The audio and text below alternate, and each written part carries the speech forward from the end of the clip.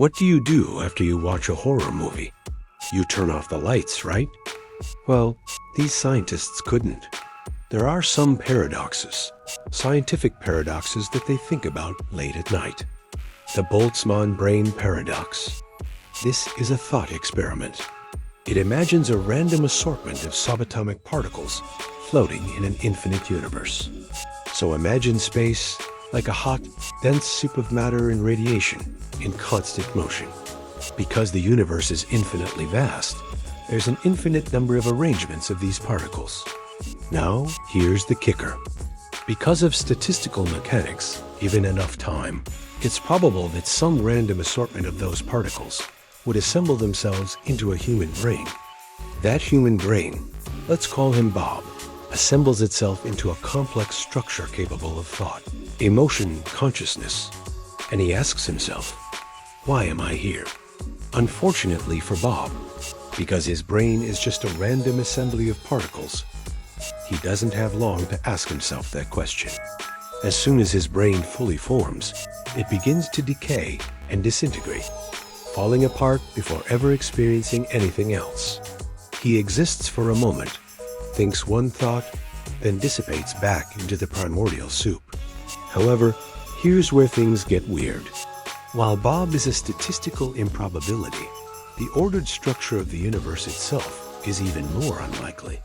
It's much more likely that a single conscious brain, randomly assembled in space, is imagining reality than that the entire universe evolved naturally out of nothing. So there's this brief moment in time when the universe as we know it is more likely to be a dream than real. The universe with its stars and galaxies, planets and people is actually less probable than a single brain taking a brief moment of self-awareness before returning to chaos. This paradox undermines our sense of reality, makes us wonder, is this moment real or imagined? It feeds our fears of solipsism, the idea that we might be the only conscious beings in an uncaring universe. It also fuels speculation about simulation theory and the possibility that our existence is merely a hallucination. Most of all, the problem with the Boltzmann brain paradox is that it's grounded in thermodynamics and statistical probability. Mentally, it's disturbing because it suggests that our existence is merely a fluke of nature, a blip in the cosmic noise. Emotionally, it's unsettling because it makes us question everything we see, feel, and remember. How do we know that any of it is real?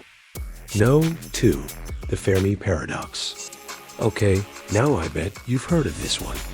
The Fermi paradox highlights the apparent contradiction between the high probability of extraterrestrial civilizations and the fact that we haven't found any. In 1950, physicist Enrico Fermi reasoned that if life arose randomly on Earth, and our solar system is just one among countless others, then the universe should be teeming with civilizations far more advanced than our own. According to Fermi's famous equation, the number of civilizations in our galaxy capable of communication should be around 10,000. So where are they? The silence of the cosmos is deafening. It taps into our cosmic fear, suggesting that humanity is either profoundly insignificant or tragically unique. There are three possible dark answers to the Fermi paradox. The first is that advanced civilizations have a habit of self-destructing. The second is that we are quarantined by some higher power that doesn't want us to make contact. The third is that we are utterly alone in the universe. Each of these possibilities presents a terrifying truth about our future. If advanced civilizations invariably destroy themselves, then our own technological progress may be a death sentence. If we are quarantined, then the universe is a cold and uncaring place where no one is coming to save us. If we are alone, then the silence of the cosmos is a constant reminder of our insignificance. Number 3, the grandfather paradox. This one's a classic. Let's say that you have a time machine and you go back in time to prevent your grandfather from meeting your grandmother. If your grandfather never meets your grandmother, they wouldn't have had a romantic relationship. Therefore, your father wouldn't be conceived, and therefore, you wouldn't be born. But then who went back in time to kill Grandpa? The grandfather paradox highlights the seeming impossibility of backwards time travel. If you go back in time and change something, you create a logical loop that destroys the consistency of history and breaks cause and effect. The paradox challenges our understanding of time and history. What would happen if someone killed Adolf Hitler as a baby? Does the Holocaust still happen? What if you saved your father's life when he was a child? Would you cease to exist? Time travel opens up a Pandora's box of disturbing possibilities. Some say that if time travel is possible, then the universe must have some way of preventing such paradoxes. Perhaps every action has an equal and opposite reaction that resolves the paradox. Or maybe the universe simply doesn't allow certain changes to be made. The grandfather paradox raises troubling questions about alternate timelines, fate, and the nature of causality. It suggests that the past is immutable, that certain events are destined to happen regardless of our efforts to alter them.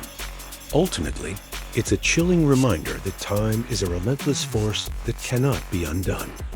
Number 4. The Ship of Theseus. This is a philosophical thought experiment that poses a challenge to our understanding of identity. Imagine a ship that's been at sea for centuries, weathering storms and battling pirates. Over time, its planks become waterlogged, its masts grow brittle. To ensure the ship's longevity, its captain Theseus decides to replace the old planks, repair the masts, and re-caulk the hull. Over the years, every part of the ship is replaced until not a single original component remains. The question is it still the same ship? The Ship of Theseus isn't just a brain teaser. It forces us to confront our own mortality and the fragility of our existence. We lose cells, break bones, and heal scars. Our memories fade and new ones form. Are we still the same person if our physical and psychological makeup is constantly changing? The Ship of Theseus invites us to consider what makes us us. Is it our body? Our memories? Our consciousness? The paradox lies in the fact that while we continue to exist, we are not the same beings we were yesterday. Every day we are replaced by new cells, new experiences, new memories. It's a disconcerting thought. Am I still me? It implies that we are in a constant state of flux, that the person we are today is already gone, replaced by a new version tomorrow. The Ship of Theseus has deep spiritual undertones. It speaks to the idea that the body is a vessel that houses a soul that remains constant over time. Even as the body ages and decays, the soul remains the same. No 5. Simulation hypothesis. This one's a popular one. So here's the core idea. If humans will create realistic simulations of life in the future, and we eventually will, then it's likely we're already living in one. We've created simulations before, like video games and virtual reality programs. These simulations are becoming increasingly sophisticated and indistinguishable from reality. So if we're able to create simulations, then it follows that someone else may have done it before us. And if we're living in a simulation, it means that there's another level of reality beyond our own. The simulation hypothesis is terrifyingly probable. Statistically, there should be more simulations than base realities. So the chances of us living in a real world are low. It blurs the line between real and artificial consciousness. If we're in a simulation, what does that mean for our free will? Our choices?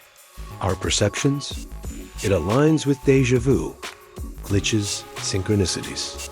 It invites us to doubt everything we perceive, wonder if anything is truly real. The simulation hypothesis challenges conventional thinking and forces us to confront the possibility that our reality may not be what it seems. No. 6. The black hole information paradox. A black hole is a region of space-time with gravity so strong that nothing, not even light, can escape its grasp. Once something crosses the event horizon of a black hole, it disappears forever. Albert Einstein's theory of general relativity predicts that any information contained within a black hole is lost forever. However, quantum mechanics suggests that information cannot be destroyed. This apparent contradiction between Einstein's theory and quantum physics is known as the black hole information paradox. It suggests that there's something we don't yet understand about the nature of reality. Black holes challenge our understanding of memory, loss, and the permanence of reality. They suggest that nothing truly disappears. Everything has a way of returning in an unexpected form. Number 7, the observer effect. At the quantum level, particles exist in a state of possibility, but when observed, they collapse into a state of reality. This process raises questions about the nature of observation and the role of consciousness in shaping the material world. It suggests that reality is malleable, that it shifts and changes based on our observations and interpretations. The observer effect invites us to question what is real and what is perceived, to consider whether our consciousness creates the world we inhabit. Number 8, Laplace's demon. In 1814, French mathematician and physicist Pierre-Simon Laplace published a book called A Philosophical Essay on Probabilities. In it, he proposed a thought experiment that has since become known as Laplace's demon.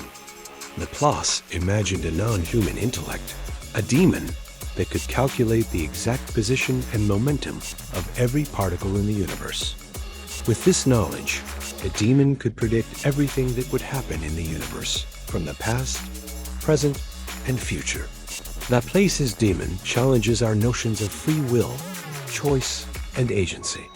If everything is predetermined, then we are merely puppets of the universe, following a script that was written before we were born. If that's the case, then nothing is truly ours. Everything we do, say, and think is the result of forces beyond our control. And that's it. What did you think? Did I miss one? Let me know in the comments. Also, if you got value from this video, consider subscribing.